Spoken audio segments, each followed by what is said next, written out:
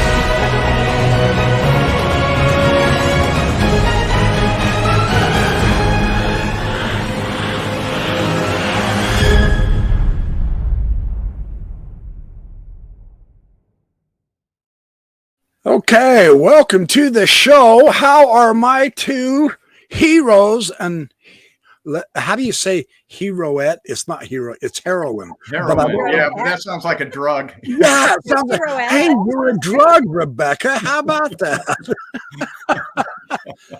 Hey, I gotta confess, I watched you guys today on Mormon News Roundup. What a hoot. He has invited me to do it on July 9th. So I'm going to be on Mormon News Roundup. That's about the only news I've got other than something very, very vital and important. That shall I introduce the idea now, or should we wait until we get to the end of this? Maybe that. Well, there's 26 folks. For those who are listening up front, here we go. We have decided. I have been lovingly forced, totally against my will, because it sucks to do this. Yes, I'm kidding. I am somewhat of a cartoonist, caricaturist, artist type sort of dude.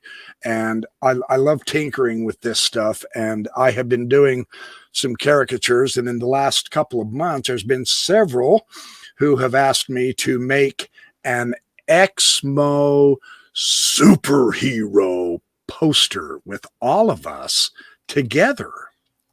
And so I thought, well, I need to warm up. I need to start. So the real question, and you two don't say anything. Let's see if the audience can guess who this is. Do we know this man? Does he look familiar? Is he needed to be on a wanted poster? So that's the first caricature. Oh, they're saying that, hey, Oklahoma Dance, they say they love all the work that we're all doing. So this is good. Yeah, this man is out and wanted by all of us because we love him so much and we enjoy his work.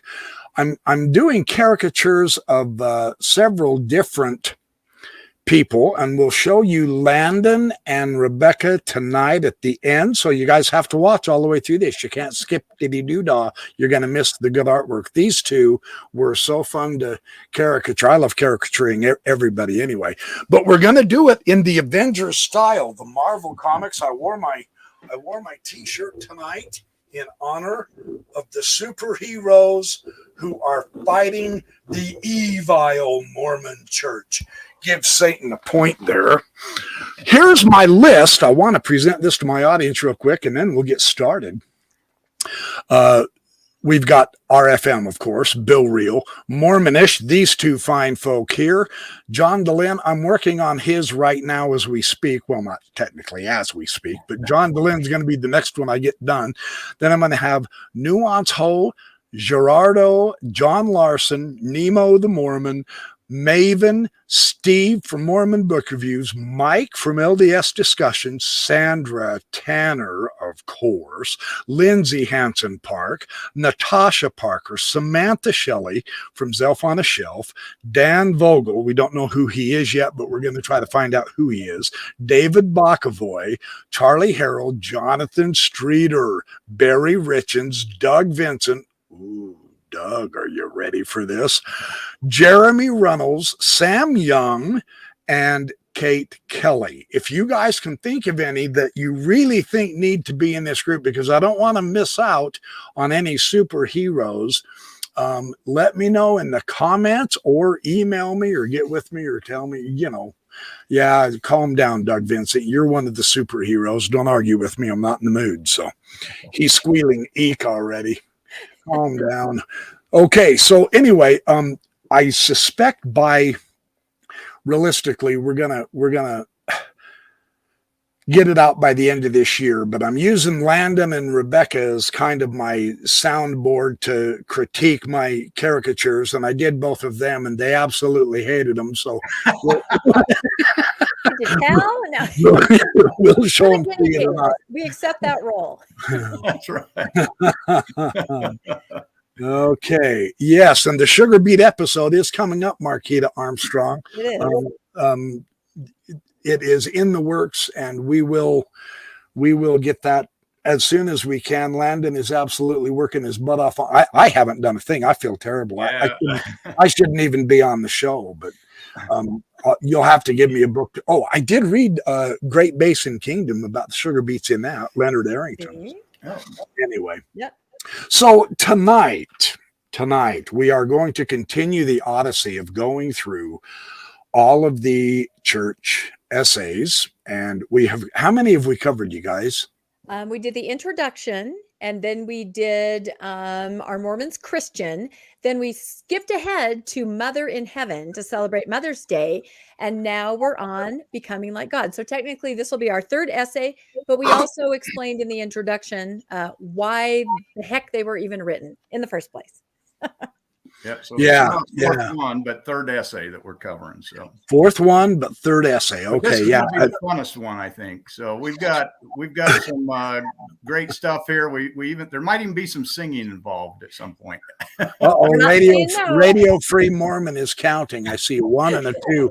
I wonder if he's getting ready to slap us. Hey, there you go, my friend. Do you know this guy? He told me he was going to kill me if I showed this. So if I go missing, you guys know who to look for. Well, carry on, Carrie.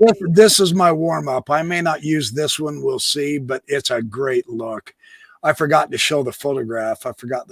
But anyway, yeah, that's my way of honoring my very dear friends here on YouTube land. You all are awesome, and I love all of you. And we're going to have a superhero poster that will be second to none, I promise, barring any unforeseen circumstances. I am sincerely hoping to be done by the end of the year, and we will have it printed out. It will be full color. We are going to have hero bodies and like Wonder Woman bodies for the gals and fabulous outfits, and we're going to show cleavage and spittle and all that. We're going to show muscles and brains, and so yeah. So we are going to have a boatload of fun. Yes. Yeah. It's going to be a true Avengers style. Yeah. We're going to do it in honor of RFM because that is his favorite group of superheroes. And so we are going to, I'm going to have to, I mean, there's about 30 of us right now. I'm going to have to get creative and invent costumes. So any help, any suggestions or ideas, I'm wide open for it. And then what I want to do ultimately sometime next year is we're going to have all of us in this superheroes poster fighting all of the apologists and the brethren, and I'll caricature all of them, and we'll be, swords and shields and spears and bows and arrows and machine guns, stuff like that. So we'll give RFM the nuclear bomb button, and we'll go from there. So, lots of fun stuff in the future. So, okay. All right, let's get started on this. You guys have done a tremendous amount of work, and you brought something up interesting to me just the other night while we were talking that it just did not register. So I want to bring this up because it's subtle. And if anything, rather than being revelatory and open, the church has become very subtle. And they titled this essay Becoming Like God, not becoming gods and goddesses. Very interesting. We'll bring this out as we go along, but I just want to bring that up front, that when you're studying Mormonism, you are studying very clever people. They are learning how to manipulate the words in such a way, and you will see this tonight. Landon and Rebecca have hit a grand slam. We have found a new villain, and he used to be a hero. So let's go ahead and get started, you guys. Which one of you want to start taking it away? And here we go. Pull up the first slide, and we will get going here.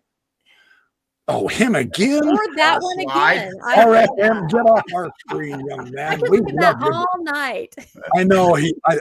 He told me when I showed it to him, he said, too much forehead. I had the forehead way up where the top of his hairline was, so I shrunk it down a little bit. But what I'm trying to do is show the man who has so much brain. Yeah, the massive brain. Right? I mean, whoa, look at that power. The superpower right there. The superpower. I'm telling you, we're going to emulate him. He's going to think all of us to death. Wait till you see the tights I put him in with his belly hanging over. Oh, no, I wouldn't do that. Is this from an actual picture you have, or is this something you're imagining? I mean, I just have to ask. He's in better shape than I am. I'm the fat dork. I got to get with it, man, before I pose. Okay. Whew. All right. I forgot the topic now. We're having so much fun. So, all right. Well, as everybody knows, this is our series on the Gospel Topics essays, where we kind of follow along with this book, the LDS Gospel Topics series, written by different scholars kind of weighing in on the different essays. So the one that we're talking about tonight, and as Carrie brought up, it's called Becoming, even though our slide is a little off for some reason, Becoming Like God. And this is why we titled our presentation tonight, Becoming Like God. Well, we also titled it this because, as you see in the picture on the left, that's a Valley girl. For those of you that don't know what that is, I was baby. Exactly. I was one. In the I'm sorry, I'm being told there's feedback. Hold on. Is that you in your youth? It is actually a picture of me. Absolutely. In 1980. I mean, that's got sass and oomph, and it's not actually a picture of me. And the hair and the ponytail. That is similar. So you look at that hip going out. I mean, that's right. Honey, you happening, mama. I'm doing it. So sorry, I'm fixing my feedback here. Apologize to everyone very quickly. Is it yours for or some mine? reason. There is some kind of feedback here. Landon, why don't you go ahead and just take the first slide till I can get myself fixed here. If it doesn't fix yours, I'll shut my mic off and turn it back on. That's what happened. That can work too. I'm going to do that right now real quick. Okay. Always technical difficulties. How's that? Is that better? Nope. I still hear a little bit of feedback. Okay. What do you think? I think you're wonderful. Go ahead and then we can fix it. Yeah. Why don't, as long as it's not annoying, let's ask our listeners. I don't hear the feedback. I don't hear the feedback out here. So okay. Does anybody in the chat hear feedback, or is it just me? That's all we get in chat is feedback. Somebody answer. Yeah, I know the G. I agree. All right. Well, nobody's telling me they're hearing feedback. Becoming G-string like God. We have the stamp of approval from Doug Vincent. All right. There we go. We thought the key to this sort of was like. So, as I spent a whole year as a Valley girl in 1982, I would probably say something like, oh my God, like becoming like God. It's so gnarly, right? That's how I talked. So I know it's so funny. You had to live through the 80s. You can't describe them. You just had to be there. Oh, now someone is saying there is a little bit of feedback, but it's okay. Okay. I'm really sorry if it's me. You Heck, guys. I might be seeing your superhero outfit right there. Ooh, you know what? There you I go. would be more than happy to be in that outfit. So, Man. all right. So the point behind this is kind of that all of us want to know in this essay, can I become a god? Will I get my own planet? Will I create a world? Will I be a goddess? And instead of addressing that question, which we all know that's the question we want addressed, they change the title of the essay very subtly and they say, becoming like God. They don't even answer the question that we're all asking. And it's a very subtle maneuver, and we've seen them do this before. So now they control the narrative of the question and they can give their own answer. They're just dismissing what's really on everybody's mind. Am I going to get my own dang planet? Don't make me leave this church because you refuse refuse to give me my planet. It's going to help me a little bit. There we go. Hold on. Everybody, it's always something. Okay, let's see. All right. Landon, you can go ahead and take the next slide while I get my tech figured out. Okay, let's go ahead and go to the next slide then, Carrie. Okay. So I think 2006. Does everyone remember Michael Jordan and the commercial? I think it was Gatorade. Become like Mike. That's exactly what they're doing here. Obviously, when they say, I want to be like Mike, nobody's thinking that they're going to be a 6-time NBA. They just mean, I want to be a competitor, driven, something like that. And I think that's what they meant that's what they're going for by saying like God. They're going to say you're like him, but you're not exactly him. And they're trying to point us that way. So all of us who grew up, basically in the 70s, 80s, 90s, we all knew that we were going to become a god. We all knew that we were going to get a planet. So the question is, why did we think this? Are we all screwed up and thinking that we were taught something that we weren't? So the first part of this, we want to go over why did we think that and go from there. So first, we've got a Trexmo meme. We can't do anything with. We can't not do it. Sorry. Trexmo thing. This is the best part of the talk right here. Elder Spock and Elder Kirk saying, we'd like to share a message about how you too can have your very own planet. And then, of course, shh, Elder Spock, we don't say that anymore. So why did that change, or why did we think that, and why did it change? Hey, who came up with this? Do you know who did this one? Did you really? Stand up and take a bow. Yep. Give her full credit. I do like 95% of them. Yeah, it's me. Sorry. No apologies. It's a problem. And Landon does the rest. Landon is amazing because he was never a Star Trek fan. He doesn't know what the hell's going on, but he still makes good joins in the fun. That's exactly right. I can still take a picture and make something out of it. That's the beauty of it. There you go. So we're going to hit, why did we think all this? So let's go to the next slide. And first off, the early prophets in the church, they all taught this. So this is nothing new. And it's amazing that we want to try to go away from this. So on this slide, and you'll notice the art there on the right, that's also one of Carrie's drawings. Wanted to point that out. That's that locket that it is, yeah. we had. Yeah. And Carrie drew that as well. And so I just recently did that one. Yeah. Oh, you guys put that in there. Oh, you're too nice. We did. You're incredible, Carrie. You're so talented. I quit. Okay, tell me more. And we didn't want any copyright infringement. So yeah, right. There you go. Well, I'm going to start drawing all of my own drawings. Whenever I do BYP response from now on, I'm going to do caricatures of the brethren I'm responding to. So get ready. All the better. So let's go through some of the early prophets and some of their early sayings. So Joseph Smith here, and we highlighted in black the areas where he said something specifically regarding this. And you can see Joseph Smith said, "You have got to learn how to be gods yourself." Well, that's straightforward. Pretty direct. Yeah, pretty straightforward. Again, he says it in another quote that you have got to learn how to be gods yourselves, to be kings and priests to God.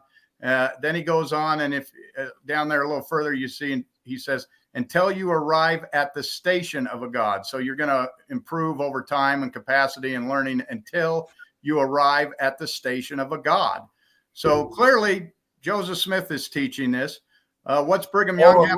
Look at this, and ascend right after that, and ascend the throne of eternal power, the same as those who have gone before. Boy, he's into the ascension motif there. That's a big subject, I'm telling you.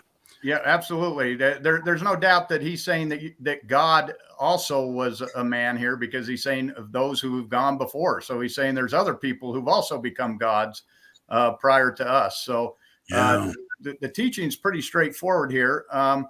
Brigham Young said, the Lord created you and me for the purpose of becoming gods like himself, to become gods like unto our Father in heaven. So clearly we're going to be gods in Brigham Young's mind. Lorenzo Snow, this is the one that we all are very familiar with. As man now is, God once was. As God now is, man may be. So very clear that God was once a man, and that man can become a god. And then Lorenzo Snow again says that basically that we will progress, and that we'll be able to go out into space where there is unorganized matter, and call together the necessary elements, and through their knowledge of and control over the laws and powers of nature, to organize matter into worlds on which their posterity may dwell, and over which they shall rule as gods. Including a planet of marshmallows and chocolate, baby. And chocolate. We are superheroes. So, no, and I'd just like to point out, in fact, I'd like to ask everybody in the chat, did you not, like I did, learn this in class at church? I remember an activity in primary where we colored our own world. I was inventing animals and coloring. I mean, this was a very real thing. It just was. You learned it at home, in class, and you heard it over the pulpit. It just was. Yeah, absolutely. So early prophets is one of the reasons we know this. Another reason we know it is the curriculum manuals.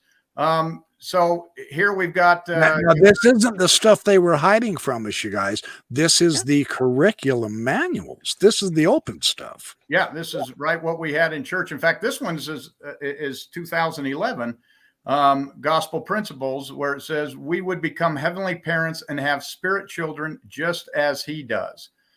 So we're going to be in that heavenly parent role, which would be God's if you're going to have spirit children. Gospel Fundamentals, 2001, they will receive everything our Father in heaven has and will become like him. Again, we're to the like, and we'll see where this kind of starts permeating in. They will even be able to have spirit children and make new worlds for them to live on. So you're going to make planets. You're going to have new world to live on. No question about it. It's right there in Gospel Fundamentals. It doesn't get any more complicated. It's Gospel Fundamentals, Gospel Principles that are teaching us this. They hide polygamy and teach this stuff openly. Absolutely.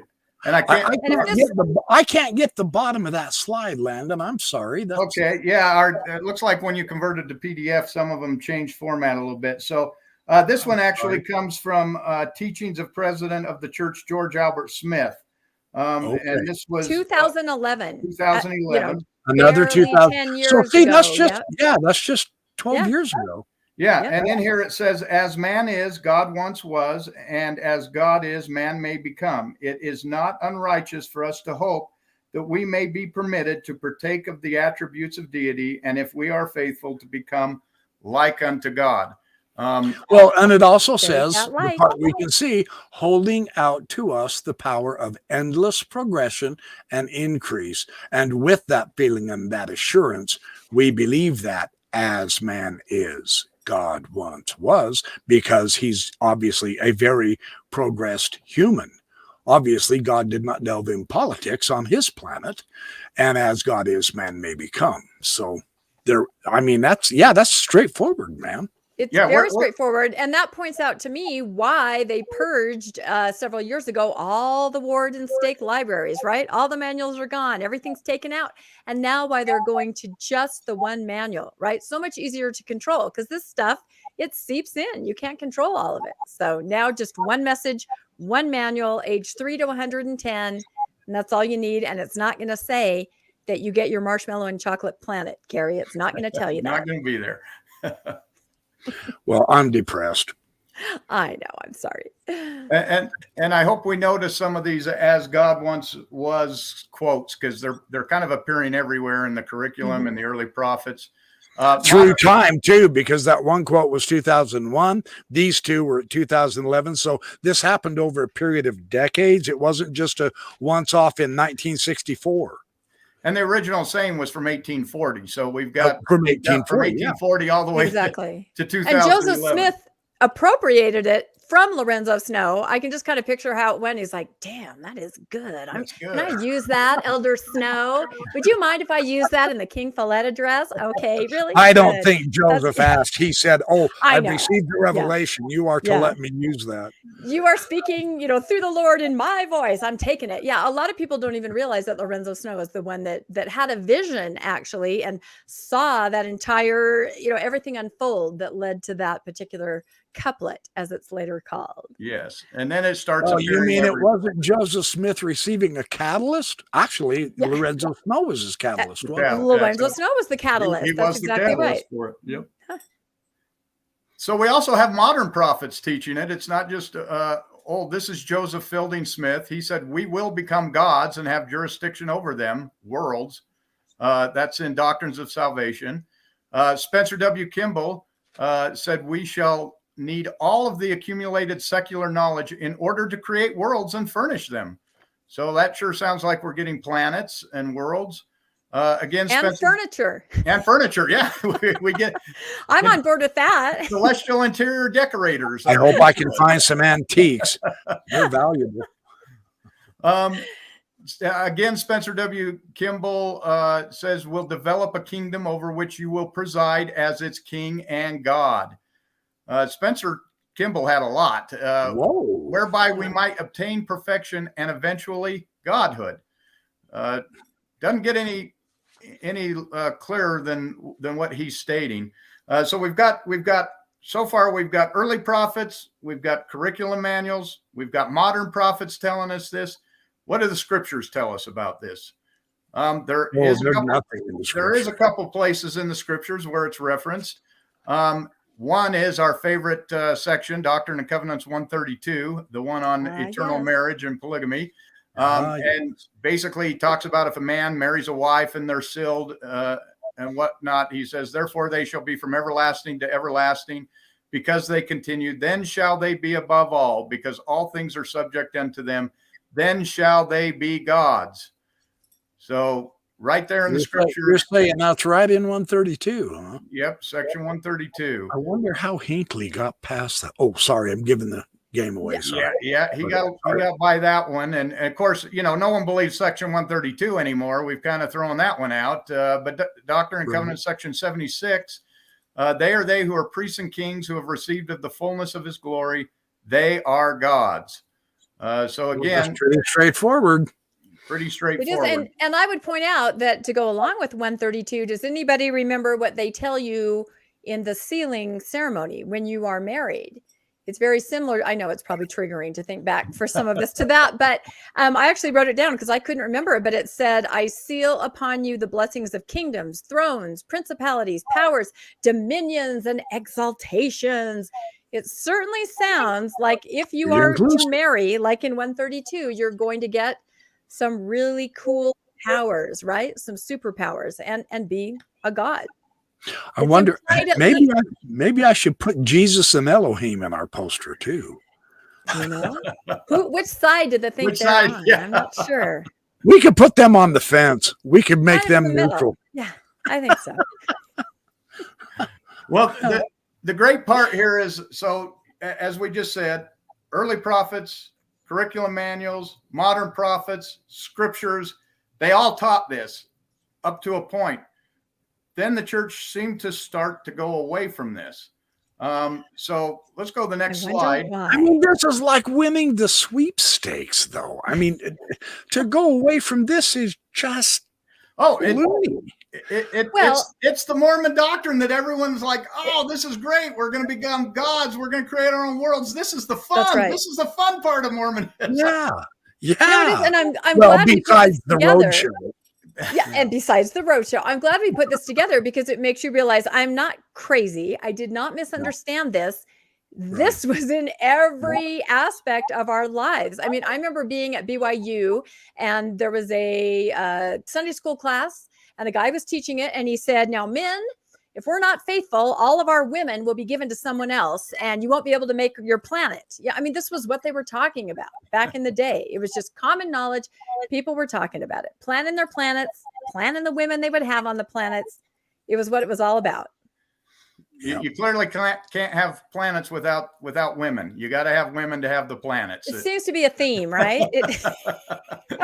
What else would you do on the planet if you didn't have the women, right? I don't know. So we're having too much fun with this. Honey, what are you doing today? Oh, I've got to clean the planet. I gotta clean Go ahead and go to work. Someone to vacuum, right? That's the old. That stupid solar wind it blew through last night, and now my whole planet's dusty. Oh, boy. All right, let's go to the next one. President Hinckley comes along, and all of a sudden, you know, from the Spencer W. Kimball, we're going to become gods. We all of a sudden get, I don't know that we teach it. So President Hinckley's entered the chat. We start seeing a little bit of a different scenario coming from President Hinckley. He starts teaching things a little less clear than the predecessors.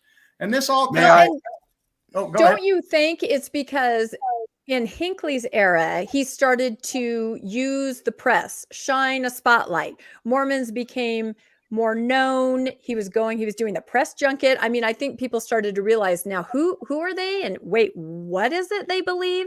So I think we were more in the national spotlight then, just a little. And if I may add to that, that is a very excellent observation.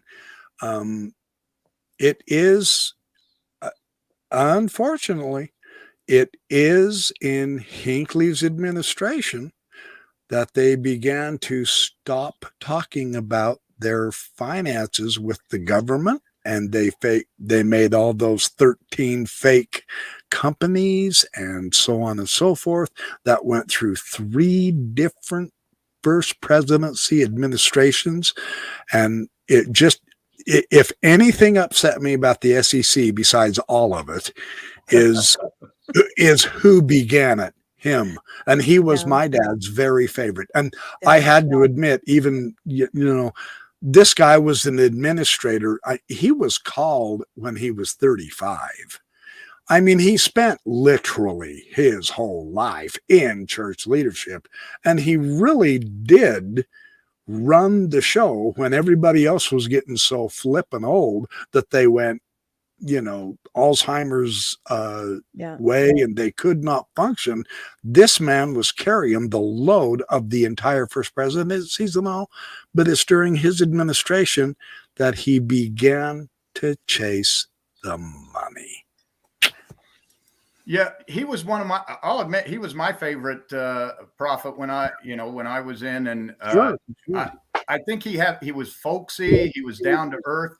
But I've later come to learn that he was a public affairs guy, is where he got his start for the church. He was, and he really knew how to spin a story, and he really knew how to make people fall in love with him while gaslighting them. Basically, you see it with his Mountain Meadows talk. You know that he's convinced nobody knew about it. You know, he's pretty convincing. When you see him, but we're gonna show some of the discrepancies that we see that show his ability to do that, to change. The main error that he made with all of the brethren and Spencer Kimball is when the Hoffman forgery was there, Kimball picked up a magnifying glass, and I think behind the scenes, Hinckley was trying to, under the table, shove him the seer stone. So you got to make this look good, man. That magnifying glass is the wrong thing. But it was too late. The photographer took the picture, so there we have it. That was it. He definitely cultivated that folksy personality. You know what I mean? The leaning on the pulpit and the kindly, the cane and the twinkle in the eye. I know I used to love him too, but now I see it was very carefully crafted. I see it that way now, and it worked. People it was still orchestrated. He was the loving grandfather giving you grandfatherly advice. stand for something, his Yep. book. Women with cane. You listen They to all had him and you said, canes. "Oh, the wisdom of a grandfather type." Yeah. Compared to you listen to Russell Nelson and you don't feel that there's a grandfather figure there or somebody wise there. It's more. Yeah. I don't know. I get someone with an ego from Nelson, but he was very sincere and humble, and it seemed like he was really talking right to you. So. Well, I mean, he does deserve the credit, but he did take us from a peculiar people to just weird now. And that's his legacy right there. Well, let's go to the next slide and see some of the things that he did. Now, this is early on in his career, isn't it? This is what he was teaching when he was really before the all the hoopla with the TV, wasn't it? Yeah, I think this is 94. Is that 94, right, Landon? And one of the things we noticed is that he talks differently to the members than he does to the press. And obviously, we all know that the prophets they rarely speak to the press, or they rarely speak to outside people or give interviews. Hinckley kind of broke that rule in '97. He really went on a press tour and started talking. But here he is addressing the members in 1994, and it's kind of small on this screen here. But Carrie, can you read it? I know we're all like, what? Oh, hold on, let me bring my script. Well, now you're going to see my wrinkle. Holy crap. If you can't, Rebecca, you've got it printed out, don't you? Hold on. No, here I that was the part I couldn't print out. So don't even, I can barely even see that those are words. Okay, I will. You lip sync it. I'll read it, Rebecca. Our enemies have criticized us for believing in this. Our reply is that this lofty concept in no way diminishes God, the Eternal Father. He is the Almighty.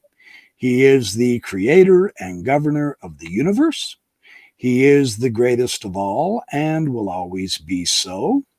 But just as any earthly father wishes for his sons and daughters, hold on, I got to blink. Every success in life. So, I believe our Father in heaven wishes for his children that they might approach him in stature and stand beside him resplendent in godly strength and wisdom. Now, this is a conference report in October 1994. And then on the other side, the one where his ear is bigger, on the other hand, or on the other ear, the whole design of the gospel is to lead us toward, or onward and upward, brethren, to greater achievement, even eventually to godhood. Well, that's pretty straightforward, isn't it, you guys? This great possibility was enunciated by the prophet Joseph Smith in the King Follett's sermon. See Teachings of the Prophet Joseph Smith, 542 to 62. Now we have the Joseph Smith papers. And emphasized by President Lorenzo Snow. It is this grand and incomparable concept, as God now is, man may become. Oh, wait a minute. There's something missing, though. Exactly. Yes.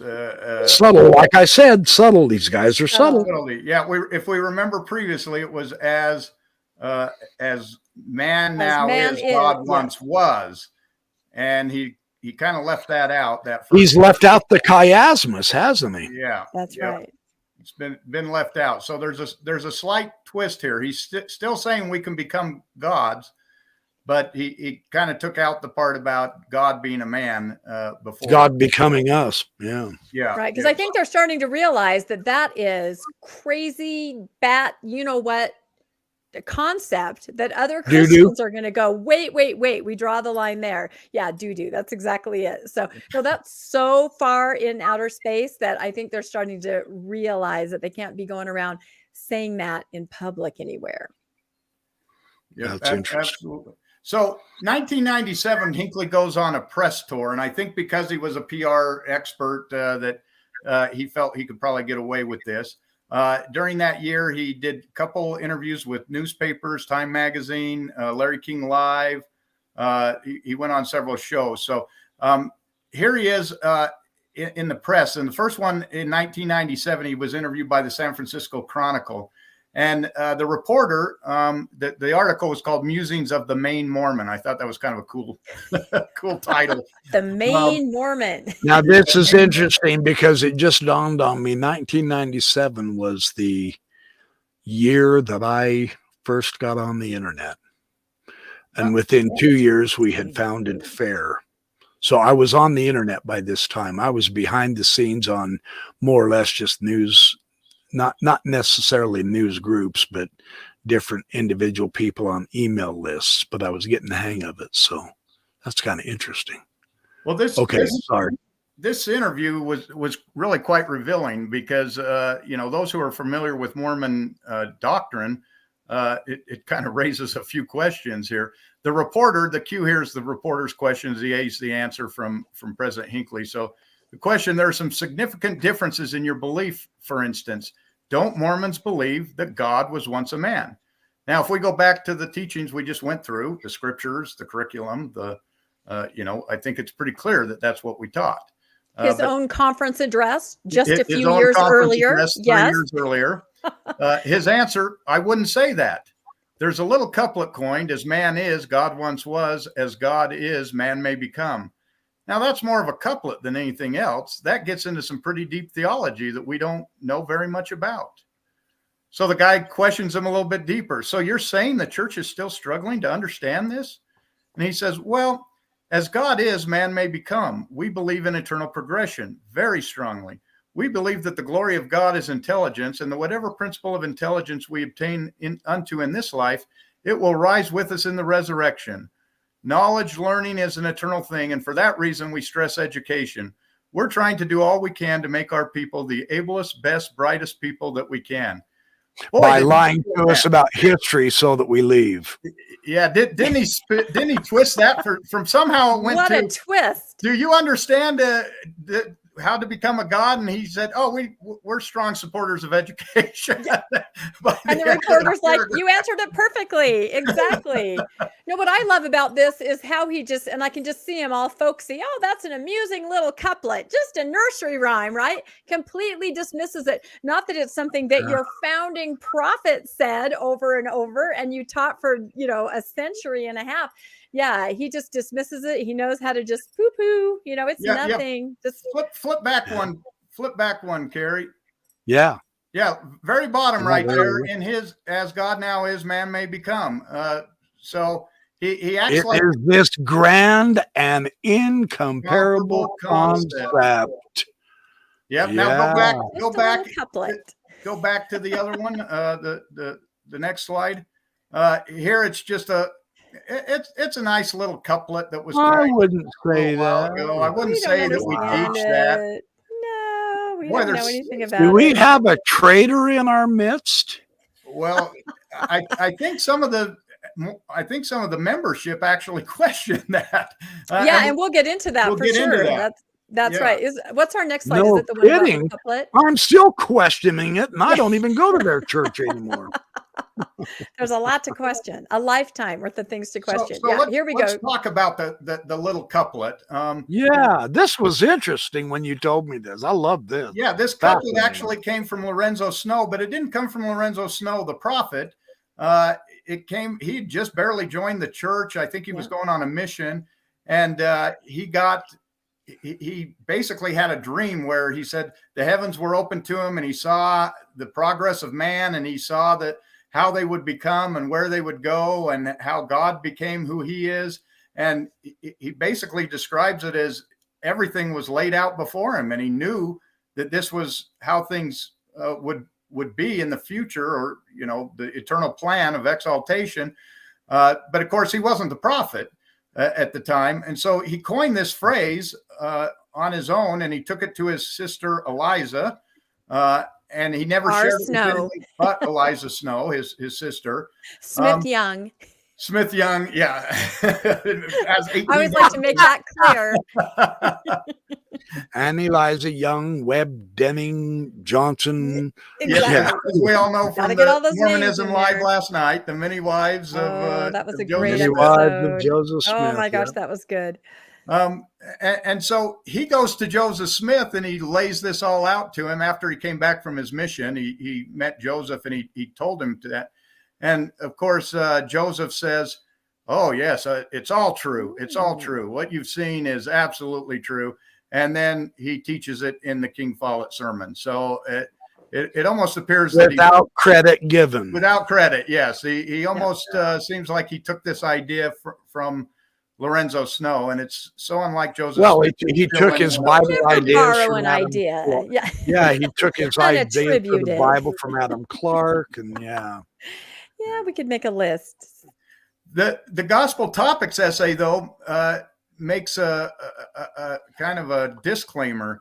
They It's say the only mention of the first part of the little couplet, which is important, I think.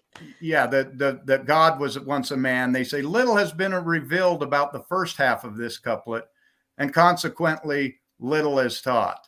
Evidently Lorenzo Snow said it was completely open to him. He saw everything, so he clearly had seen everything and knew what God had been before, and it was unveiled to him. But for some reason, it hasn't been revealed to anybody else. We just know that God was once a man, and that's all we know. And so they say nothing else is taught on this concept, which technically is true, I guess. They don't tell you what God's name was. They don't tell you what planet he was on or anything like that. I think his name was Bert, but that's Bert, just yeah, Phil. Phil, he was probably a plumber on somewhere. Well, that gets into the crazy area of multiple mortalities and plural probations, which Landon and I are doing an episode on Mormon-ish on, because the concept is that you'd go through all the life, you'd be Jesus on one planet, and maybe you'd be Moses. You'd work your way up, concept. isn't it? Yeah. Isn't it? And that was I being think explored in the that's early far church. better. I think that's far better than just this one shot. You don't do it here, you're done. I think reincarnation makes vastly more sense. Or this. Well, they were delving in, especially Joseph. I'm looking into that. Church. Yeah. Yep. No, it's really fascinating. Well, I see RFM comparing himself to Midnight Mormons. Oh my God. As Midnight Mormons is, RFM never was. As RFM is, they don't have a chance. Amen. Of course he's going to appropriate the couplet. Of course he is. Or Mickey Mouse. Yeah, either one. Or Mickey Mouse. Maybe that's what it is. Just in case you don't know, there's the man who said that. I'm just saying. Be careful in the chat. He may flash a picture of you. Be very want careful. to forget who's speaking here. I could even do the Midnight Mormons caricatures. Oh my gosh, that you would have be to do that. Have them with their bulletproof vests. Oh my gosh, dude. There you go. Hey, wait. Yeah. Oh Let's boy, now the wheels are all right. Let's keep awesome. Going. Okay. Hey, you know what, Landon? I actually have this one printed out. You can read it. The only one I do. Can I read this one? Go for it. I have to read them all because Rebecca can't read them. Because I can't see, dang it. These reading glasses are for decorative purposes only. They hold my hair on my head. So I could get another pair, but that would just be weird. Okay, so he gives this address, and then a few months later, he talks to Time magazine. This is in August of 1997. And I think this is a more well-known statement by President Hinckley. And RFM asked me to remind everybody about something, which I will after we finish this, because it is very interesting. So this is in Time magazine, and the reporter said, and it was the interview was called Mormons, Inc., America's Most Prosperous Religion. Wow, this was decades ago, and they're already thought of the most prosperous religion. Wow, so the reporter says, I know. The reporter says, just another related question that comes up is the statement in the King Follett discourse by the prophet. And President Hinckley says, and it just says, yeah. I don't know if he went, yeah, or I'm not sure how he said it. But he said, yeah. I got the impression he said, yeah. Or like, yeah. Yeah, we said that. Yeah. There's so many different ways you could say it, but unfortunately, it's only in print. And so it says, yeah, exactly.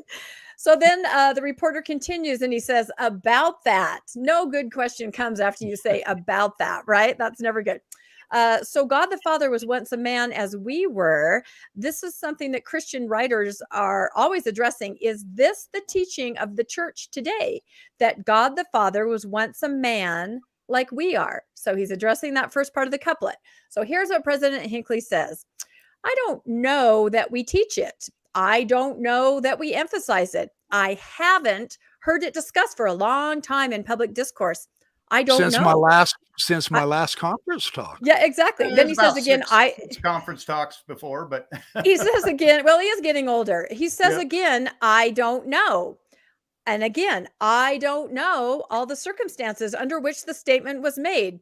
I understand the philosophical background behind it, but I don't know a lot about it. And once again, say it with me. I don't know that others know a lot about it. We've got like 6 or 7 I don't knows, and we've got an I haven't heard of it.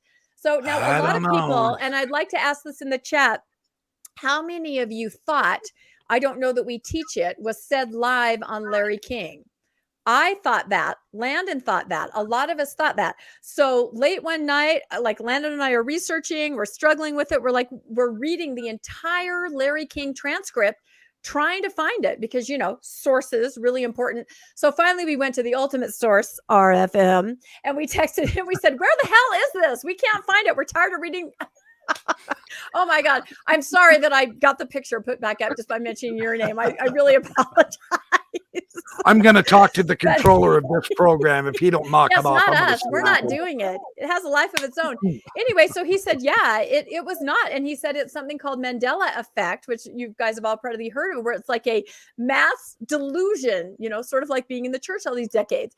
And it's like a mass delusion where we all feel like, I really felt like I saw that on air, but that is not what happened. He wrote it. We read it in a Time magazine article, but a lot of people thought that he actually said it. Regardless of how it got out, he said, I don't know, 6 or 7 times. He said, I haven't heard of it. Completely backpedaling to the extreme of what we just heard him say in conference. So this has got to make a lot of people really confused to hear your prophet get up in front, get up. I said, get up in front. He did not. He was not on the news. Say this in a national magazine that, no, I don't know where you'd get that idea. That isn't anything that we talk about. So that was one of the most interesting takeaways of doing the research on this, I think. Yeah, Kat said she remembered seeing it. And I swore I remembered seeing it too. Me too. I know the cover. Yeah, I've seen the cover. It looks real. The book here even references the transcript from the Larry King interview. The book says that he was on Larry King. We downloaded Caden Sedona. We were doing word searches in it and everything, trying to find it. Caden Sedona says I was working Larry King live message board as a moderator when he said it. We had to watch the show while we moderated. So yeah, he did say it on Larry King Live. I remember that, but I was not aware that he said it in Time Magazine first. Yeah, thanks for sharing that, Caden. That's interesting. Yeah. Yeah, he said it on Larry King Live. He must have been saying it a lot. We'll have to look at the transcript again because we went over it 3 or 4 times. We could never find it. We could not find. Yep. Really? Yep. We could not find it anywhere. Everyone's saying Larry King Live, and that's what we thought as well, but we sure couldn't find it in the transcript. Yeah, RFM, weigh in again. What do you think? Because we looked through the transcript, we put it through word search. We couldn't even find that question asked. So anyway, yeah, he was on Larry King more than once. Doug is saying. Said it in a different one, and that's true. He could have said it another time if he was on more than once. Yeah. Okay, so he may have said that. Either way, he basically said, "I don't know that we teach it." So if he did say it on Larry King Live, he said it twice. Twice he said, "I don't know that we teach that."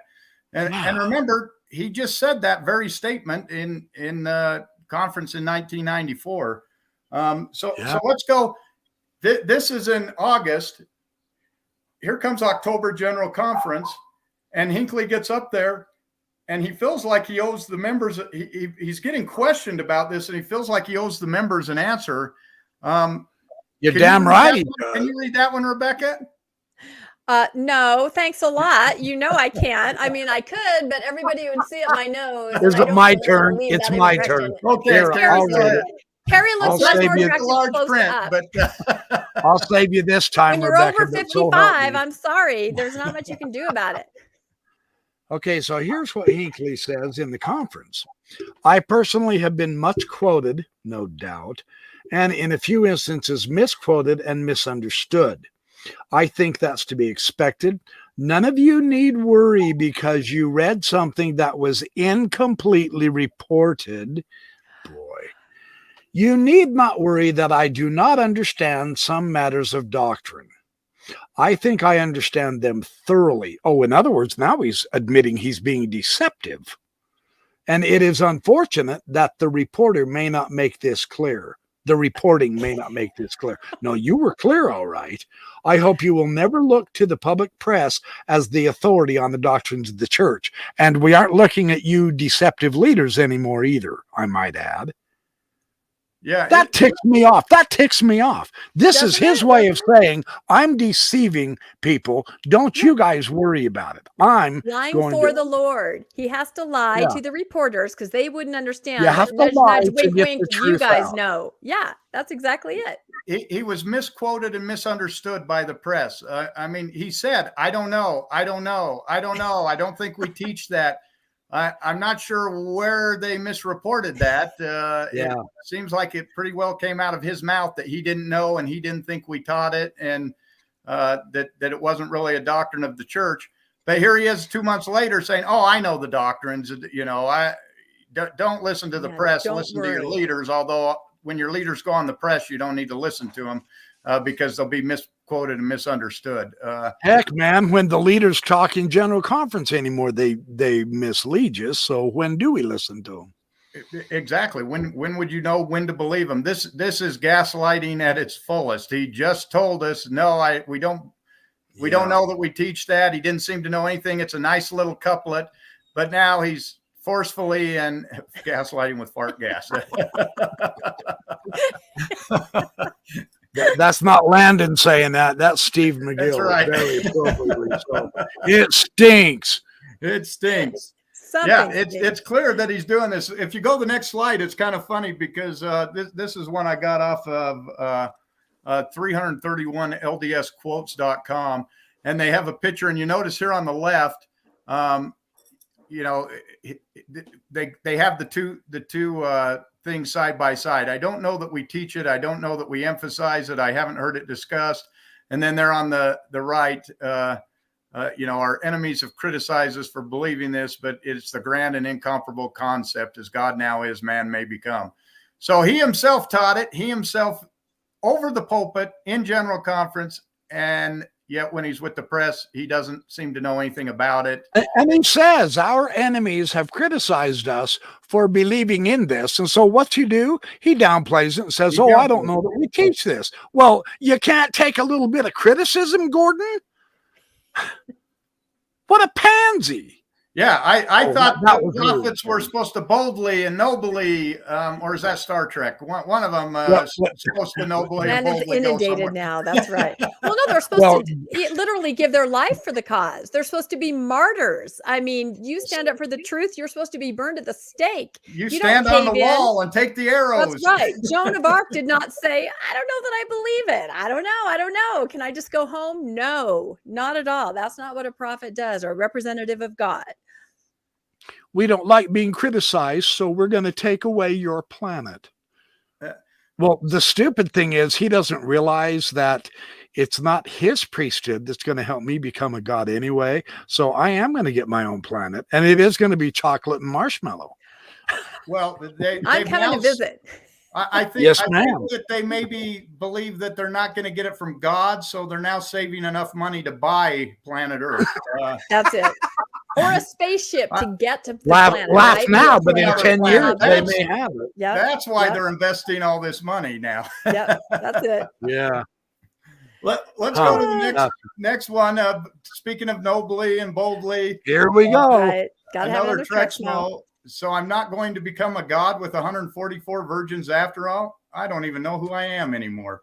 Yeah, it's a pretty big letdown going from being a god and forming your own planets to, I don't know that we teach that.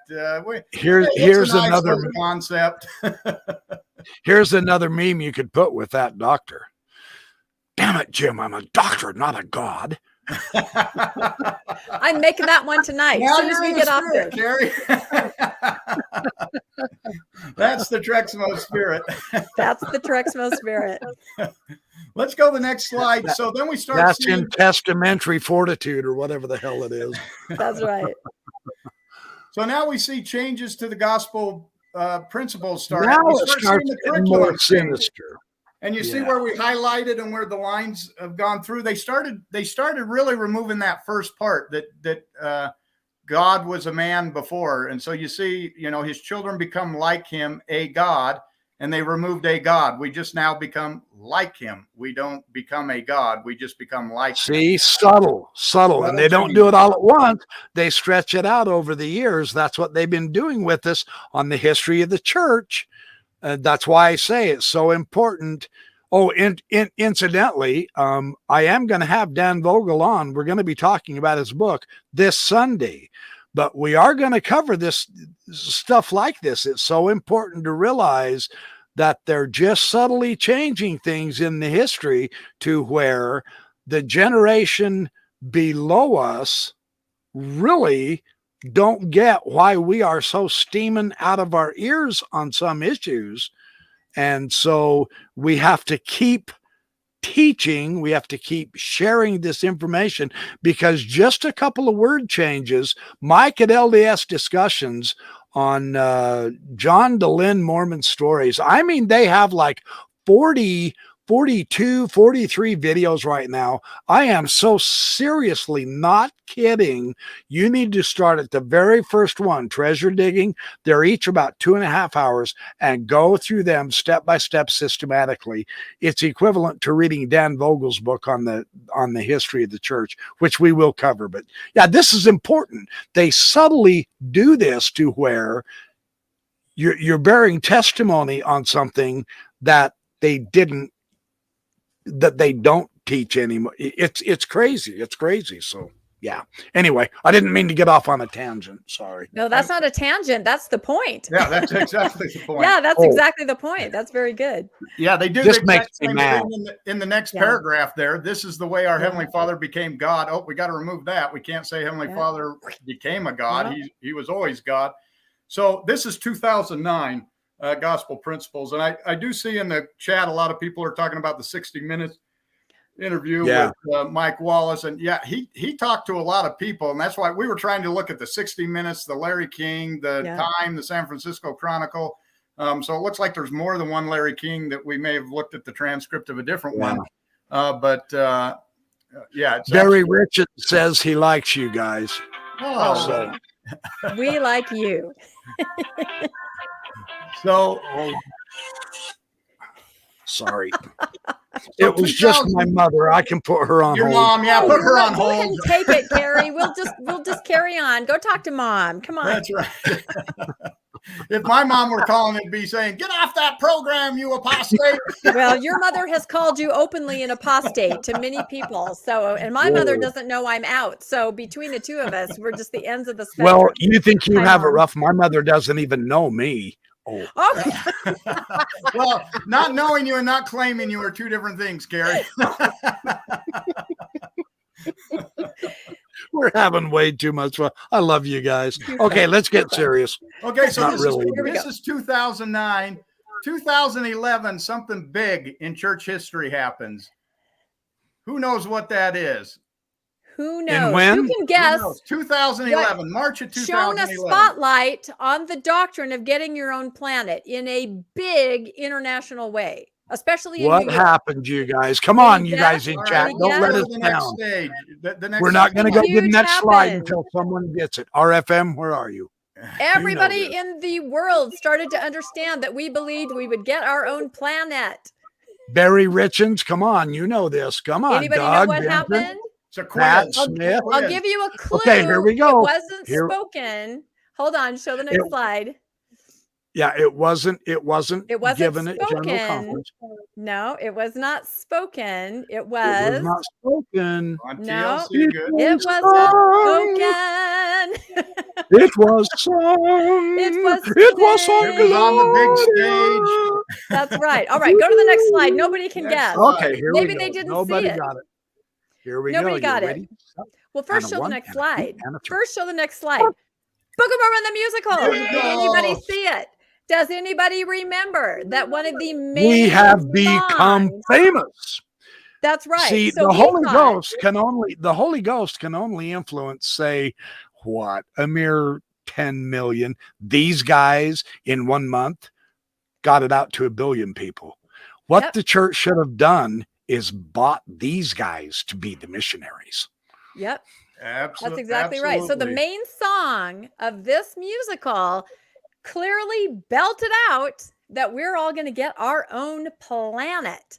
So if you're not familiar with this, that's right. Still on Broadway. I just saw it in LA a couple months ago. So we thought it would be fun to do some karaoke, right? Everybody get that? Yeah. So put your phones on, crank up the volume. Okay. We're just going to sing that particular part. You ready, Landon? Everybody sing I'm at ready. home. We're I'm ready. ready. Everybody sing at Okay, home. here we Everybody go. got your phone? Okay. We'll start a little Okay. before that part so everybody can get it. Get your phone out. Karaoke. Okay. That's right. All right. Here we go. Here we go. Go ahead, Carrie. Ready? Here we go. My worries free. Okay. Get Time ready. to show the world Crank what it. Elder Price Here we is go. about and share the power Follow the bouncing ball. inside Here we go. of me. Here we go. I believe that God has a plan for all of us. I believe that plan involves me getting my own planet. I believe that the current president of the church, Thomas Monson, speaks directly to God. I am a Mormon. Dang it. A Mormon Just believe. I know. That was better than I thought it would be. That was amazing. I hope everybody's playing along at home. That's right. But this song came out and they flat out belted it to the world. We all believe we're going to get our own planet. You can't buy PR like that, except for it was the wrong kind of PR.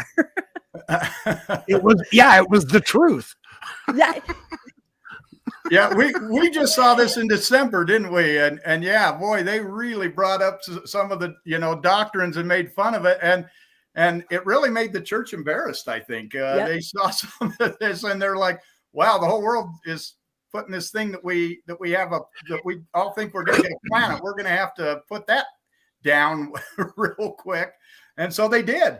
They actually started very quickly. Yep, very quickly. So this goes to show you that if you really do want the church to change, shame the damn thing. That's Use it. their We need a tactic against musical. them.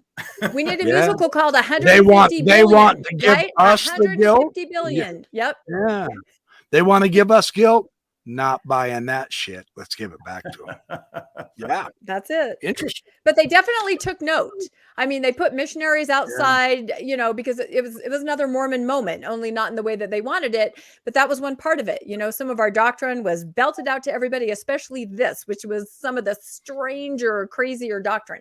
So if we can go to our next slide, how did they react? And it was the sweepstakes. Yeah. These guys, what a bunch of coward poops. Coward pooped. There you go. So quick backpedaling, very quickly. And that's when we start to hear, hey, I don't know where you guys thought that. Number one, I don't know where Book of Mormon the musical got that idea. We certainly never talked about that. And members, I don't know where you got that idea either. Very quickly backpedaling. Yeah, let's go the next slide, and Well, we see that reminds me of me and my first companion. we're on the same. That's the bike we had. I bet you got a lot done. I can see it. Yeah. Oh boy. So now they're on the offensive. Here, they're on the fence. Yeah, the they're on offensive. NBC News reports Mormons get on planet, not so fast, church says. This is actually Just that headline. I'm sorry. Just that headline alone. Are you kidding? Yeah, you can tell. This is actually out of the church's website. This is the UK Church of Jesus Christ of Latter-day Saint. Nemo the Mormon would be proud. Yeah. But they answer the question on their website. Do Latter-day Saints believe that they will get their own planet? No, this idea is not taught in Latter-day Scripture. nor is it the doctrine of the church. This misunderstanding stems from speculative comments unreflective of scriptural doctrine. Mormons believe that we are all sons and daughters of God, and that all of us have the potential to grow during and after this life to become like our Heavenly Father. The church does not and has never purported to fully understand the specifics of Christ's statement that in my Father's house are many mansions. So, yeah, again, you see a kernel of truth, because you can't find in the scriptures where it says that you're going to get your own planet. We can only find it in the early prophets, the curriculum, the modern prophets. That's where we find it. So evidently the old saying that, you know, what you hear over the pulpit at conference is scripture does not apply, because they say it's not in the latter-day scripture, although we clearly have shown that the prophets have spoken this in general conference and in their writings, that this is what would happen. So again, a play on words, but they clearly straight up, you know, you say, can we become like God? And they hum and they hum and we become like God. We get a divine nature. Do we get a planet? No. They can answer that one right away. Nope.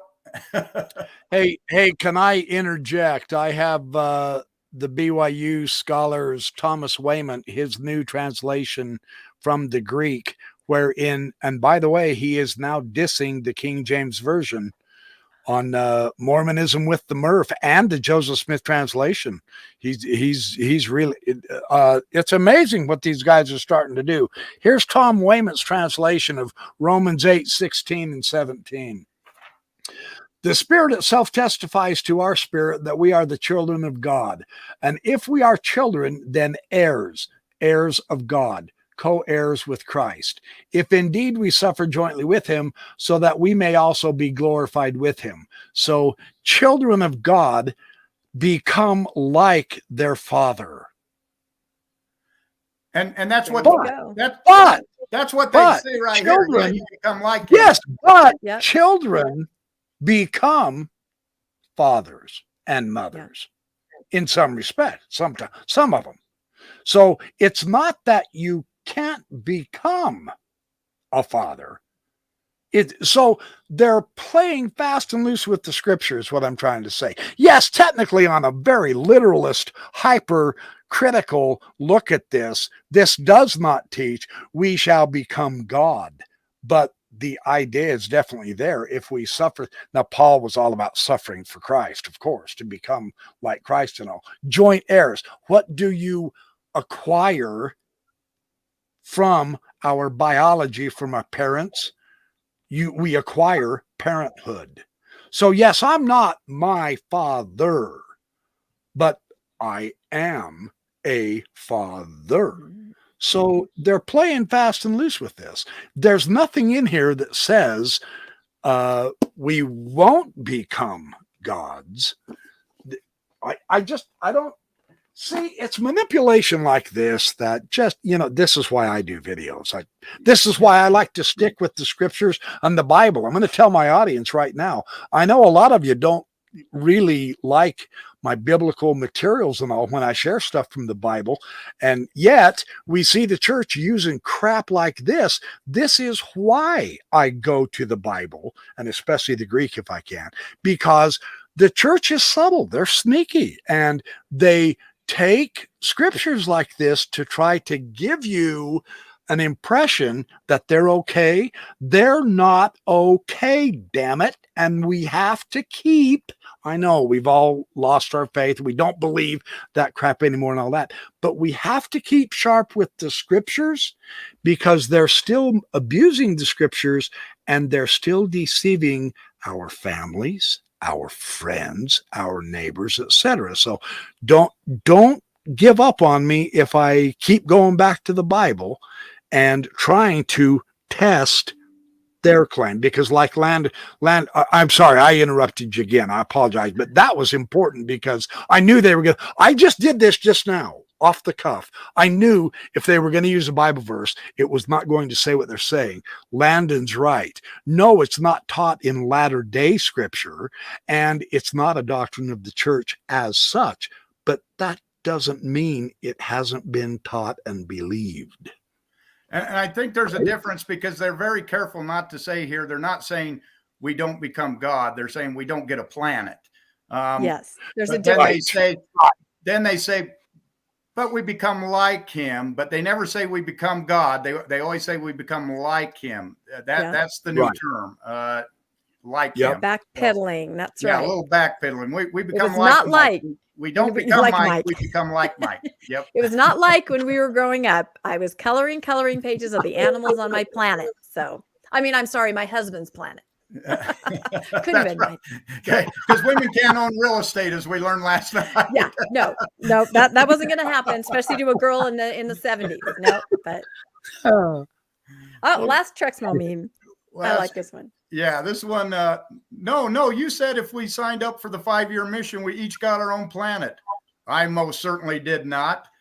How many of us feel that way? We all grew up going, we're going to get a planet and become gods. And now 50 years after paying tithing, hold up, guys.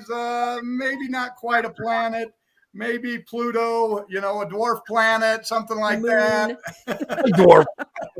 No, I'm going for Beetlejuice. I'm going for the giant one. Oh, for Beetlejuice. The red giant. Yeah. So, yeah, we were ripped Besides, it was off. good. Yeah, no kidding. We went from getting a planet to getting, what did we let's get? find out. Yeah, That's right. Let's tell find them out. what they won. And this is where we really get into the essay, because the essay just kind of skirts around some of these issues we've talked about so far. Most of the essay is about, okay, what does becoming like God mean? This is what we get. These are the things that the essay details in trying to answer the question that they flipped on us. Well, here's what you win. Divine nature, become like God, understand the sacred nature of the procreative power, high priority on parenthood, high priority on marriage, continue procreative powers in heaven, greater appreciation of gospel principles and covenants, eternal family, and a toaster. That's what you win. Because my wife is going to be making bread from the celestial wheat. I need that toaster. It is risen. It is risen. Yes. So, but basically, these I are just live kind of my bread alone. That's right. These are just kind of feel good. You're going to be like God. You're going to be a good person. You're going to be with your family. Greater appreciation of gospel principles. Oh, you're going to be a true blue Mormon. That's the only way you get in. Yeah, just these very nice, feel good, covenant path type of things is all that we're left with. That is what we've won. That is what has replaced this amazing concept that we're going to be gods and goddesses and have planets. Wow. Hey, continued procreative powers in heaven. There will be no TK smoothies. That's right. No that is TK different. smoothies. That is what is different from other religions. Other religions don't necessarily, they might allude to it, but they certainly don't think it through, and they don't teach it as strongly as we do. And all through the essay, it talked about that the way to become like a god is simply to have a lot of children. It kept saying your seed, your glorified seed, seed. The whole essay was about your seed. So they're basically telling you, to me. It sounds a little seedy. They got a lot of, pro proclamation of the family stuff into the essay. It basically said you have to be in a relationship, heterosexual couple, nuclear family, that divine pattern, as we talked about in Mother in Heaven essay. And that is what's going to continue into the next life. And that's what you get. You get to be in this nuclear family that checks all the boxes of the covenant path. So very interesting. They took everything else away. I kind of feel like sign me up. The continued procreative powers in heaven is kind of like the car in the showcase. They give you all the little prizes, and then they say, okay, here's one that gets you excited, Like the guy, look at his face. Oh my God, procreative powers. Just wow. Here, let me imitate him. Let's see if I look kind of like him. Let's see. You do. Although I think I'm is saying that a it younger wrong. version of Carrie? It looks like maybe it's procreative. Is it procreative? Maybe it's one of those weird, maybe it is. Maybe it's not procreative. Maybe it's procreative. It's probably Somebody AI generated. Please correct me in the chat. Yeah, I think it is whatever it is. Basically, it sounds like we all lay around in heaven and have a big orgy. We lay around in heaven and get. That's about the end. That's of it. Sign me up. Yep. And again, this heaven sounds like it was made up by a 14-year-old boy. Can I say that?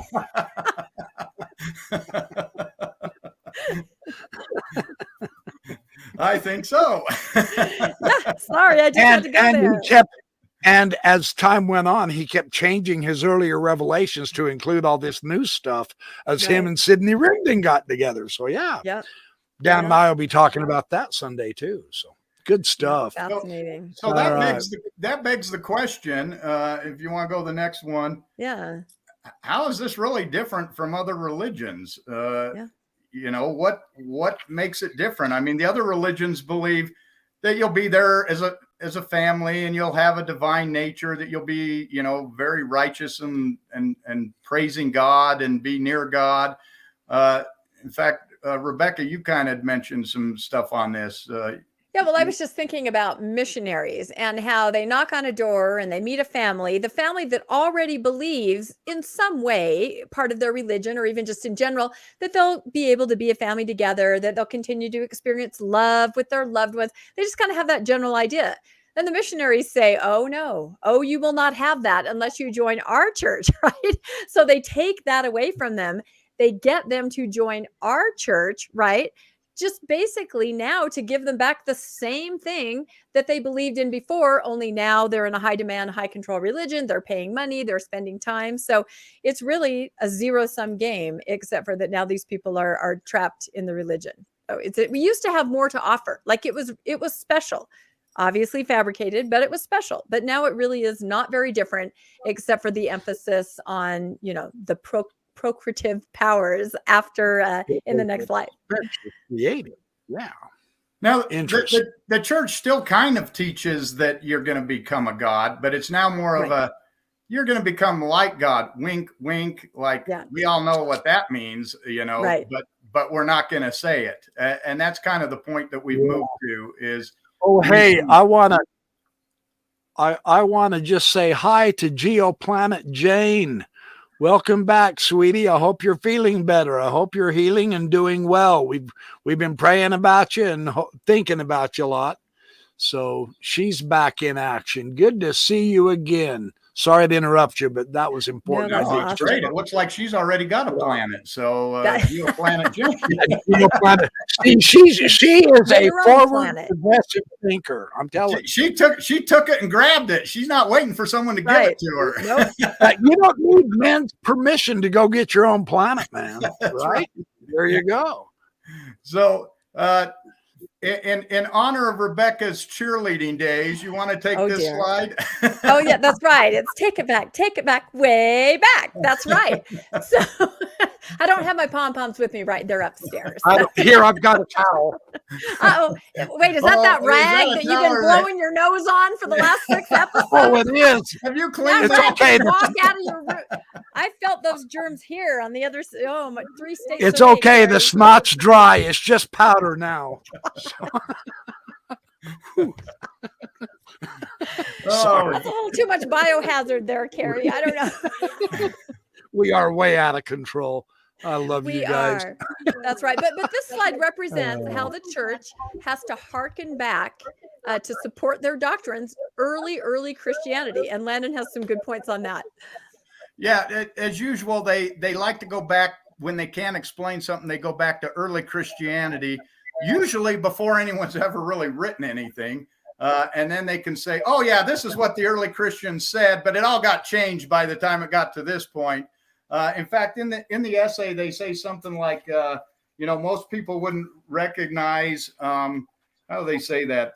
Most people wouldn't recognize what early Christians believed on this, because they start quoting some of the early fathers, some of the early church fathers, and saying, oh, no, they all had sayings that we would become God. And it wasn't until almost 500 AD before they started believing that you wouldn't become God. And there are some things there by, you know, some of the early church fathers going back to like 125 AD. But when we say church fathers, we're really talking about, you know, the Catholic church fathers, not exactly. not our church fathers. So somehow they believe them there when they support their cause. But when they say something that's not supportive of them, then all of a sudden we can't believe what they say.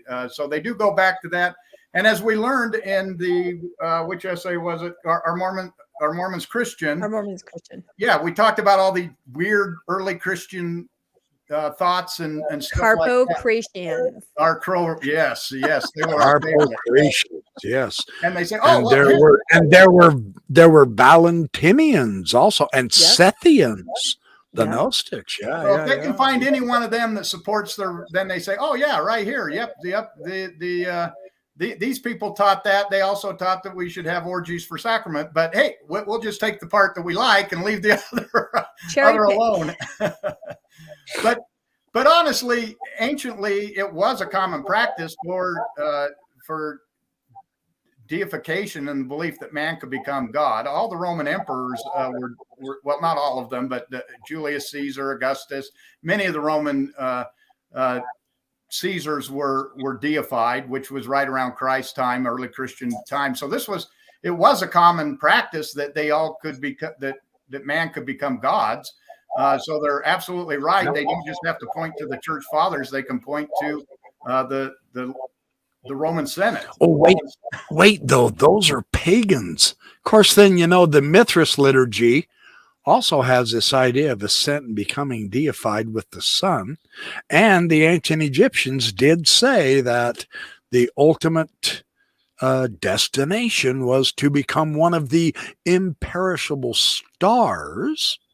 And so you got these ancient people, they had ideas, but on this church fathers thing, you bring up an excellent point.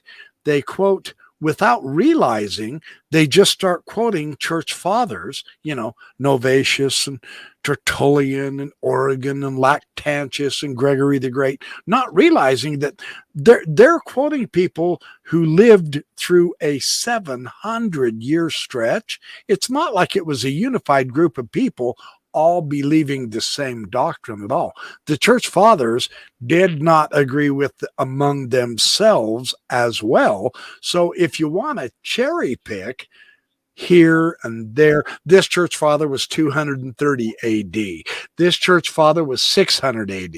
That one was 400 AD in a totally different country that had completely different culture and belief. Yes, we'll take that sentence and put it all together and say, see, there's the whole gospel covenant plan and covenant path, and it's all illusion. Because none of them were Mormon. I promise, none of them were. Jesus, I got bad news for you. Jesus wasn't Mormon.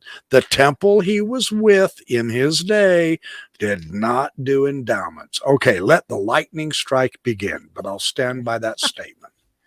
And there it is. They're not doing anything. The church isn't doing anything now that wasn't done with Joseph Smith, where he just picks and chooses the best parts that he wants and puts them together. Exactly. And they do the same thing. Yeah, I think so.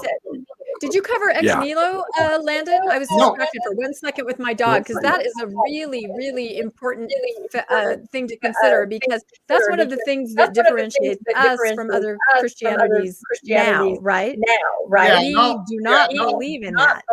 I'll hit that. You're getting a lot of feedback right now, Rebecca. Sorry. Okay, I'll mute. You talk about it, Landon. And it might be the because I could kind of hear me coming back in there too. But yeah, this idea of ex nihilo is really important because the church teaches that God organized using existing matter, and they want to point back to the New Testament where it says he took and organized everything, that he organized man. Whereas now says ex nihilo. Are you guys getting the feedback as well? I'm hearing you echo also, Landon. Okay, let me. Do you have a set of headsets? I'm going to plug my headset in. Sometimes they say that gets rid of it. I'm going to put mine on. So yeah. Okay, so ex nihilo is basically that the universe was created out of nothing. That there was nothing, God was there, and he made everything. And this is an important distinction because if God just organized matter, that means the matter was there before him, which means somehow it got there without God. And therefore, God isn't all powerful. He isn't all controlling. Ex nihilo means God was all powerful because he took from nothing and created everything. And so that's kind of the second century belief, was this ex nihilo, and it's kind of gone, through Christianity since that time. Now we got to think about Mormonism. Mormons, we say he organized, but where did he get that idea? Was it strictly from the Old Testament? It could have been, but we also have to remember that he's a 19th century prophet. He's after Newton. Newton said, Newton's laws that matter cannot be created nor destroyed. Is Joseph Smith somehow influenced by that and saying, no, he just organized matter because we know that matter can't be created or destroyed.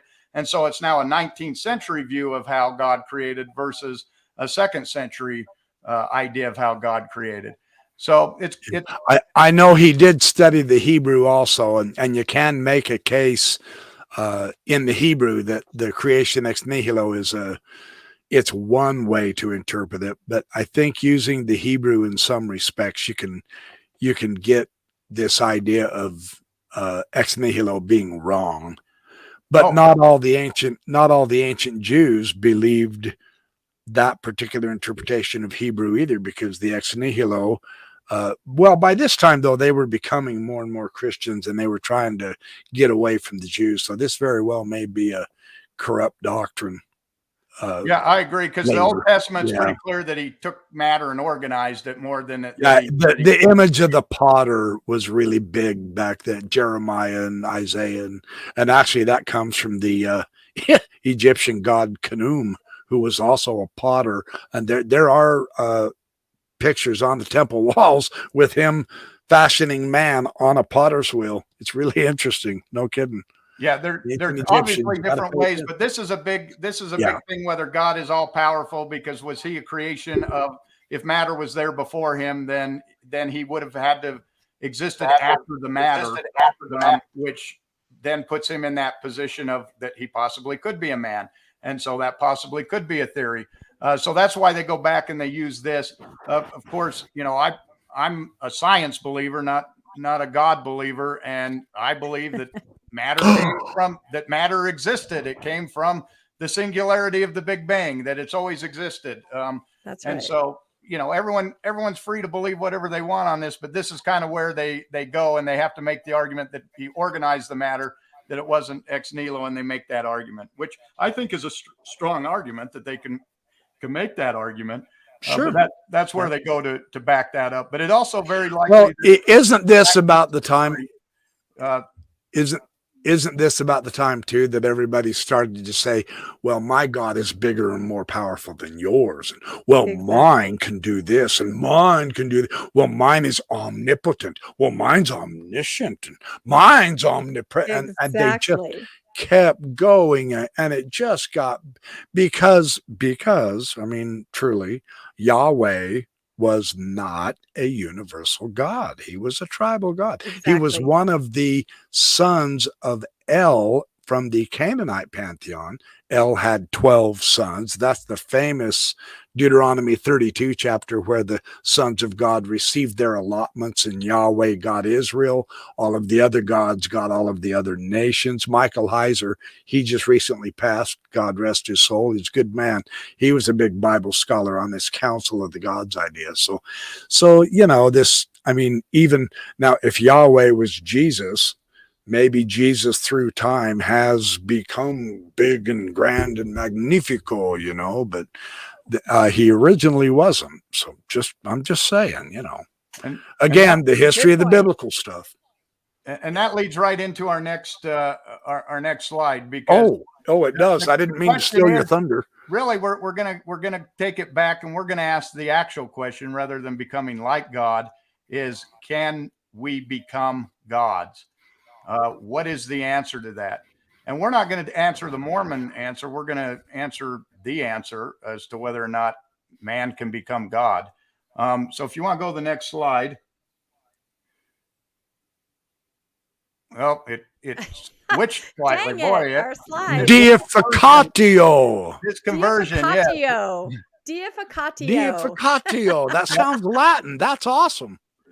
Remember What's the that eye. stupid N doing there? Yeah, remember the eye, or it becomes defecation rather than deification. But Oh dear. No shit. Oh, no shit. sorry. But we want to talk a little bit about deification and what that means. That's basically what they're saying is you can become a god. Of course, the LDS Church teaches that God is going to elevate us if we're righteous, that he's going to elevate us to godhood. And as Rebecca and I discussed this, we said, well, anyone can become a god or anything can become a god, but it goes the other direction. Man elevates someone to a god, or man elevates something to a god if they're going to worship something. There's been 18,000 deities or more throughout the history of the world that we know of. And 18,000? Almost all of those are gone now. And it seems more. like, and why are they gone? Yeah, why are they They're gone? gone as soon as the last man breathing doesn't say their name anymore, right? As soon as that last person that believes in the God dies, the God dies. God is not very powerful. When they're at the mercy and the whim of battles and men and women, they're gone. They absolutely disappear when the last person who believes in them stops living. It's an interesting concept. Interesting. And we saw that in the ancient world. You didn't have a global God. You had local gods. And these local gods were believed by the local people. The local people deified them. The local people made, whether it was an image that they decided to call God or said it represented God, or whether it was the elements, the wind, the whatever, they basically deified that and made it their God. And then as soon as another nation came and conquered them, if they were destroyed, their God disappeared with them. And if they were kept, then they usually accepted the new God of whoever took them over. They would take their God because he was the more powerful God and start worshiping him. So dictionary of this and demons. In the Bible, this is by Carol Vander Turen, Bob Becking, and Peter W. Vanderhorst, and this is 1,000 pages of absolute solid evidence of just what you said. There are thousands of gods, and they've come and they've gone, and they've come and they've gone. And so, yeah, that's no kidding.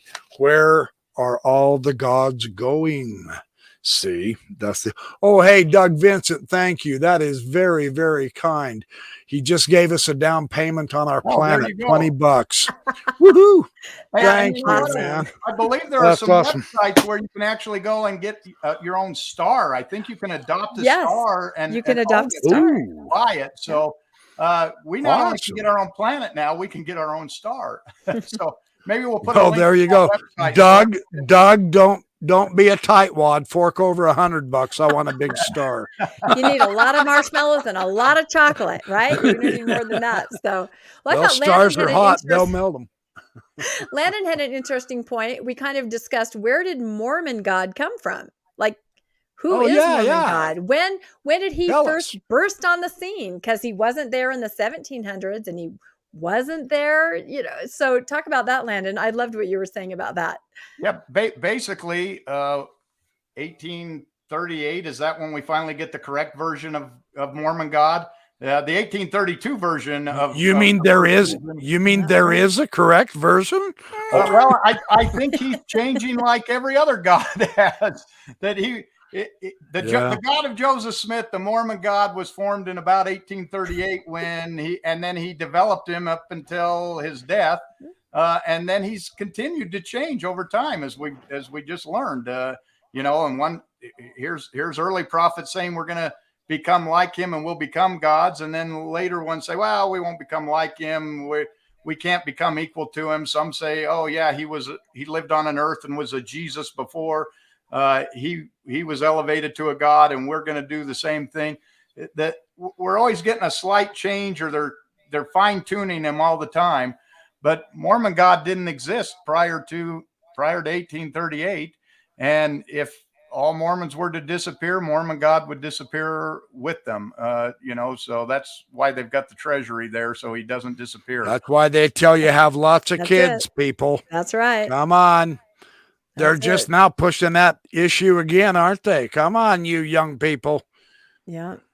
So we believe We need more. We believe that anyone could be deified, because we know that they have. So you're saying there's a chance? There's a chance. There's a chance.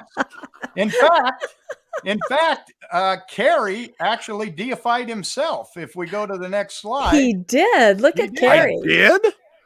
He did.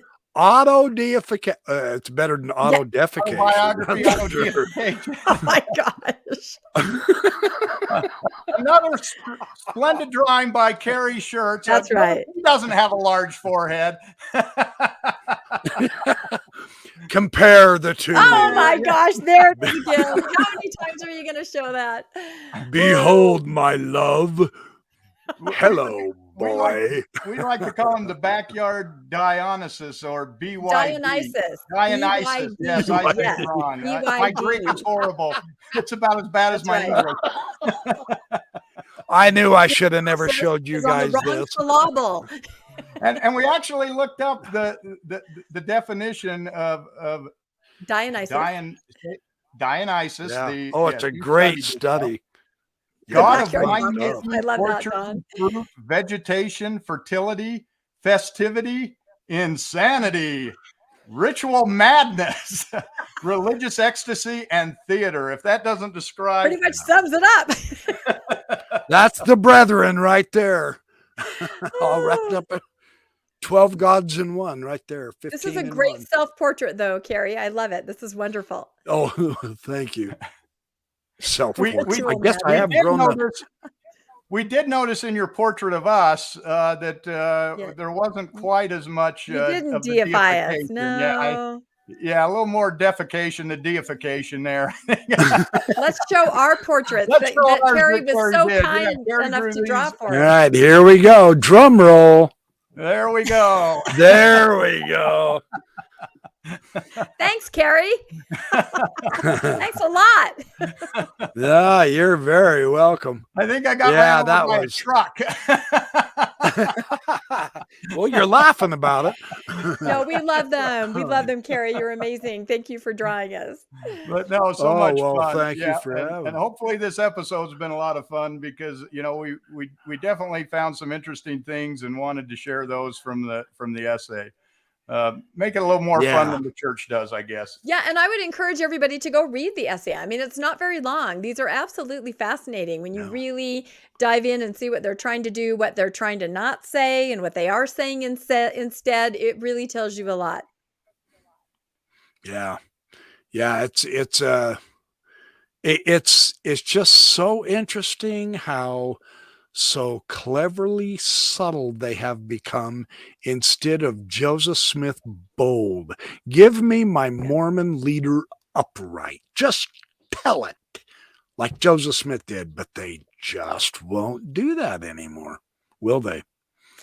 No. Yeah. Nope. Well, you guys were on the Mormon News Roundup just recently. We were. with, We what's his love the nose? Mormon News Roundup. Yeah, that was If awesome. your But viewers he was have showing. not heard of the Mormon News Roundup, you need to go check it out. It's a weekly news program that just kind of curates all the news in the Mormon landscape. He has DVs, he has guests on. We've been on. Carrie's going to go on, and they just talk about the news of the day. It airs live every Sunday night at 9:30 Eastern time. And so I hope that he'll pay me for this nice plug I'm giving Now, up. we're But it's a not just really saying great this because show. we owe him money. No, well, we do owe him money. That's true, but that's not why I'm saying it. No, it's a really good show, and it's not as well known as it should be, because he curates every news story. It's incredible. It's a lot of fun. It's really incredible. good. But he was showing, I'll be on, I think July 9th. He's invited me okay. to be on, so I'll try it. So, but he had that public list the church puts out to give its statistics and its growth rates and all that jazz. And they've whittled it down from like 75 down to like 5 now. I mean, they tell us nothing anymore. And yet they're so subtly clever with the way they manipulate the words and the doctrines. It's too bad. I'll put it this way. I think between you guys and myself and who's that other dude that hangs out with Bill Reel? Oh yeah, him. RFM on Mormonism Live. I think He's our gonna kill you. audiences. Yeah, I'm doomed. I am just doomed. You're doomed. But I think if I do anyone could get believe away with making you disappear, Carrie, it would probably be RFM. Yeah, I think he's worked connected. I'm enough telling you, people, he's that connected. He's got the connection. Yeah, that's right. Oh, and somebody asked in Okay, the chat whatever. if Mormon-ish was under the umbrella. No, independent. They won't have us under their umbrella, and that's just fine. That's right. That's all good. So the thing that is so interesting is our audiences are, because of the information, and I mean you two, when you come up with your podcasts and videos, it just staggers me how much work you guys are putting into them. And it staggers me how much work I have to put in mine. And it staggers me how much work Bill and RFM and John DeLynn and Nemo the Mormon, all of them, John Streeter, all of them. And yet it's worth it because the subtle cleverness is not as effective because we are in the age of the internet. Just like you told him, Rebecca, what changed? The internet. Yes. The internet. But That's the this answer. is really important to educate ourselves in the rhetorical sophistry of deception. This is the Church of Jesus Christ of Sophistic Deception of Latter-day Saints. Not very clever way to put it, but it's disgusting, it's alarming, and yet it's not because we hate. We hate the deception, love the church. I don't know. Of course, then John DeLynn said he still loves the church, a few podcasts ago, but he just disgusted with the way they're acting. So you got a point. Exactly. I mean, they are our friends and our neighbors and our family and all that. So it's not like, leave the church and can't leave it alone. Oh, you damn right. We're not leaving it alone. Oh, yes. Oh, hell yes. We are picking on it because it can do better. And the only way to make it do better is not through revelation, but shaming them. We've proven that works. So that's what we're doing. Shaming and enlightening all at the same time. Woohoo. Yeah, baby. Okay. Now, I hate to take off your two lovely faces. No, it's Yeah, really I okay, sure ain't Gary. gonna- Oh, and I'm there not you going to go. put Yes. him back on. I got No, I'm you. not going to Look put at him you. back on. Everyone's talking about mushrooms when they look at your art. I don't know what the connection is. Oh, yeah. I can see Yeah. it. I can see it. Yeah, the mushroom is right up. The mushroom is it's on his left side, the red-capped mushroom. Oh, there is a mushroom there. Yeah, So people Oh, yeah, absolutely. Yes, he was a god of wine and drugs. Absolutely. Yeah, I've done a lot of And research on ritual Dionysus. madness. And ritual madness, definitely. Yeah, this is some of the great Greek tragedy plays, the Bacchus and all that jazz. Yeah, he's a big deal. In fact, the biblical scholar, I've had him on my show, Dennis R. McDonald, has done a book on John and Dionysus, and I just have it right here. The Dionysian Gospel. Oh, there we go. How John utilized the Greek play of the Bacchae to teach that Jesus now replaces Dionysus. I would strongly encourage you guys to get this book. It is outrageous. I've done a video on it, a video review of it. I'm going to have Dennis on again. He just finished producing his Mimesis course, online course, and I will be selling that with him. If you buy it from me, I get a small stipend, a buck or two. It's not a get rich quick scheme, but it's a fun way to help spread the word. So yeah, this Dionysus, he is really, really an important cat. And besides, he's funner than all get out to paint. I've got several more I want to do. So yeah, fun stuff. So, okay, you guys, why don't each one of you give a wrap up and let's call it. Oh man, we're approaching 2 hours. Shall we take questions? Oh no. Carrie, you turned into Darth Vader again. It seems like at the end of every show, you turn into Darth Vader. I've always thought he might be a robot, and now I think we're finding out, yes. It actually kind of sounds like a synthesizer. That's what they're saying. Did they hear anything I said about Dennis McDonald? That's too bad. He's too bad. He's important. I can't continue. I'm sorry. Am I sounding crazy still? You Yes, sound you like do. this, Carrie. Yes, you do. I am Carrie. Oh Well, my gosh. Just when we I'll thought let it couldn't get any Rebecca- weirder. Seriously. I'll let Rebecca do the closing for us. I'm laughing too hard. I don't think I can do any closing except for just to say that these essays are really important to read and to understand. And I will tell you guys what we're going to hit next time. I'm not exactly sure when it will be, hopefully in a couple weeks, but it is going to be, drum roll, DNA and the Book of Mormon. See, if you remember from our introduction, we talked about how the first 2 essays were really light. They weren't really anything. Are Mormons Christian? Who cares? Will we become a god? Whatever. They put those in there to dissuade people, and get them off the scent of reading what's really at the heart of these essays. So we're going to dive right into DNA and the Book of Mormon. And that's where the good stuff starts to happen. So we hope that everyone will join us for that one. When we get our mics fixed, get our acts together, take some more mushrooms, all of that in preparation for being on again. Oh, now I can't hear Carrie at all. I have no idea what he's saying. And I will do some there he more is. caricatures also. Excellent. So- Caricatures. Caricatures. Caricatures. That's it. Yeah. All right, you guys. Well, thank you so much. Thanks to everyone. Am I sounding okay now? You are now. Now you're yeah. good. You're Well, good now. You're Okay. sounding like yourself. Let's say that. Yep. Okay, well, I've got to hurry up and talk. Dennis McDonald. I will have him back on the show. Good stuff. You gotta watch that. So Caricatures. I like that. Caricatures. caricatures. I might call them those. So I think you yeah, should. It's yeah. good. You guys want to join us on that DNA and Book of Mormon? We're gonna knock Yep. it out of the Gonna be ballpark. good.